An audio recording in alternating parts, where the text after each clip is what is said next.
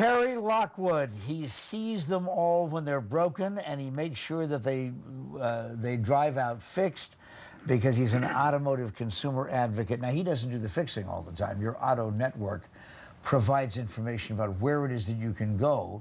And especially you folks that have been here for a short period of time, you say, well, I had a mechanic back home in Erie, Pennsylvania, but you don't know where to go now that you can trust. And your auto network gives you that information. And Cary also provides it on his radio show. That's correct. It's Your Auto Network's Calling All Cars radio program on Friday mornings at 10 o'clock a.m. You're getting good. On KXXT, okay. 10:10 a.m. Hey, listen, if I'm in the car, if I have a Toyota, and I'm in the car, and the sudden speed, unexpected speed, the throttle sticking happens to me, and I'm taken off and I can't stop it, what do I do? Well, that's another procedure we put together when people go in if they have concerns to get their Toyota looked at one of our network shops. And I think there's been a lot of bad information. Not only was I involved in electronic throttle control back during my days with a manufacturer, I've also had it to happen in my personal cars. I've got some old cars, and I've had stuck throttle issues. Not that uncommon on older. Sudden acceleration, well, that's scary. It is, but the thing is, if you know what to do, you know, it's not that difficult to get the situation in control. And so we've put together a procedure, and basically what that procedure is many of the alleged experts are saying, when this happens, stand on the brakes with both feet. And I'm like, no, no, no. What you want to do is you want to get rid of the problem. And how can you get rid of the problem? Well, you can shift your car into neutral, whether it's a manual transmission, put the clutch in, put it neutral. If it's an automatic transmission, you can push it into neutral if it's a floor shift, or in neutral if it's a column shift. Now you've taken the problem away. Your car is not pulling you uncontrollably. No, but I'm out of control because the motor is still on, and even though it's slowing down, it's gradually slowing down. How do I get it stopped? But once you put it in neutral, you've decoupled the engine from the transmission. So now you can safely use the brakes normally. So you can look around for traffic, you can use the brakes normally, you can change lanes and try to exit the road and get off safely and stop the car. Also, you don't want to shut the engine off. You want to be in neutral, engine's still running, you'll still have your power steering too. Okay, so it's real important. You still have control of the brakes and the steering.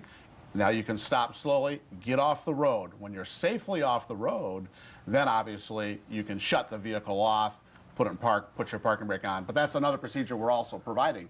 So if people know what to do in a panic situation, just like I tell people, most families have a situation or they put together a plan if there's a fire in their home, where to go outside, where to meet, make sure everybody is safely out of the house. Same with this. If you know what to do in a panic situation, it's less of a panic situation. It's like, okay, I've got to do this. Think it through.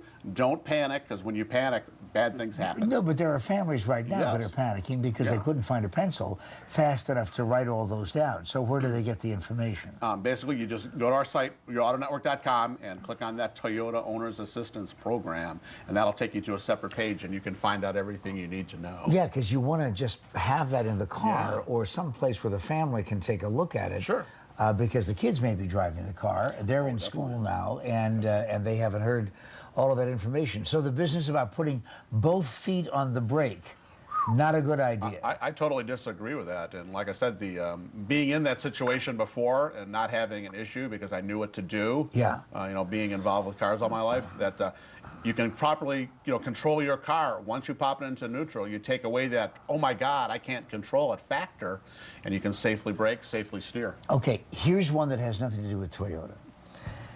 If you've ever had a shag rug in your house and you're rubbing your feet on it, or you're just gliding over the shag rug, you know what happens, right? You touch something in another room, pow, all of a sudden, you get static electricity, right? You get a charge. Well, it's okay if it's the shag rug in your house, but if you're getting out of your car at the gas station. Oh, yes. It's something that is not well publicized.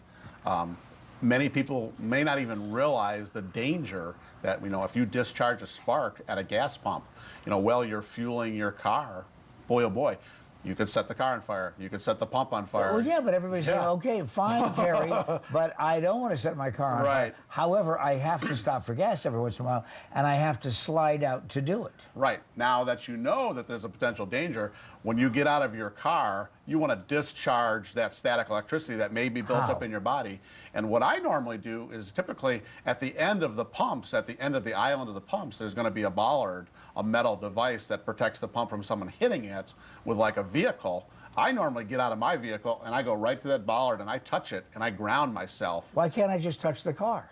Well, the car has rubber tires, so you're probably not going to discharge, you know, if you touched your vehicle. Usually you're touching your metal door when you get out of your car, but since you have rubber tires, it's not going to go to ground. Okay, now is this mostly fabric seats or leather seats too? You know, it seems to be mostly fabric seats. I imagine there's, you know, some seats out there that are kind of maybe suede or a combination. That could be the issue. But regardless, I think if you get out and you ground yourself away from the pump, discharge your body, then you can safely fuel. And when you've got the fuel pump and you've got the nozzle of the car and there's gas going in, well, there's also some fumes coming out, right?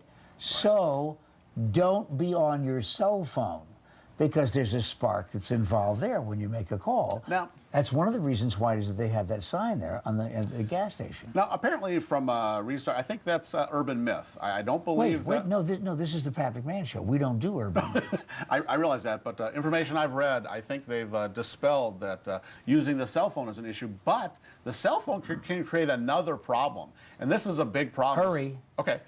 People actually get distracted. They get back into their car while they're fueling, and then they get out and they recharge their body because they've been distracted. And then the same danger is there. Okay, don't be talking on your cell phone because I may be at the next pump and you'll be annoying.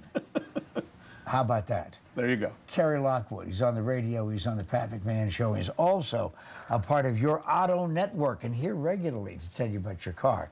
Next, we're going to be talking about CPR and staying alive.